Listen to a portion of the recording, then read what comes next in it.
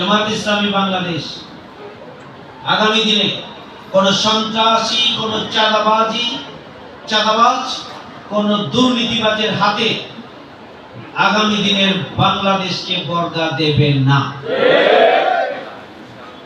বাংলাদেশ জামাত ইসলামীর পরিষ্কার ঘোষণা হচ্ছে, আমরা সন্ত্রাস, চাঁদাবাজ মুক্ত, দুর্নীতি মুক্ত, ন্যায় বিচারের আমরা ইনসাফপূর্ণ একটি বাংলাদেশ গড়ে তোলার জন্য সৎ, দক্ষ, দেশপ্রেমিক নেতৃত্বকে স্বাগত জানানোর যে প্রস্তুতি এদেশের জনগণ নিচ্ছে, সেক্ষেত্রে মরিয়া হয়ে যারা জনগণকে প্রতিহত করার জন্য জনগণের বিরুদ্ধে অবস্থান নিয়ে সন্ত্রাস সৃষ্টি করছেন, অফিস জ্বালানো শুরু করেছেন।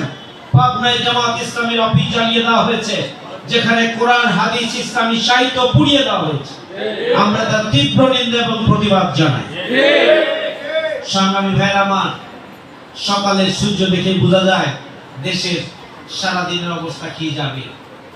সুতরাং আগামী দিনে প্রতিটি ভোট সেন্টারে 5 শতাধিক দুঃসাহসী, কর্মঠ এবং দক্ষ যুবকের এবং মানুষের সমাবেশ ঘটাতে হবে, যারা কোন সন্ত্রাসীর কাছে মাথা নত না করে জনগণের অধিকার প্রতিষ্ঠার জন্য প্রয়োজনে জীবন দেওয়ার জন্য প্রস্তুত। সেই পরিস্থিতি আমাদের তৈরি করতে হবে। প্রিয় ভাইরা।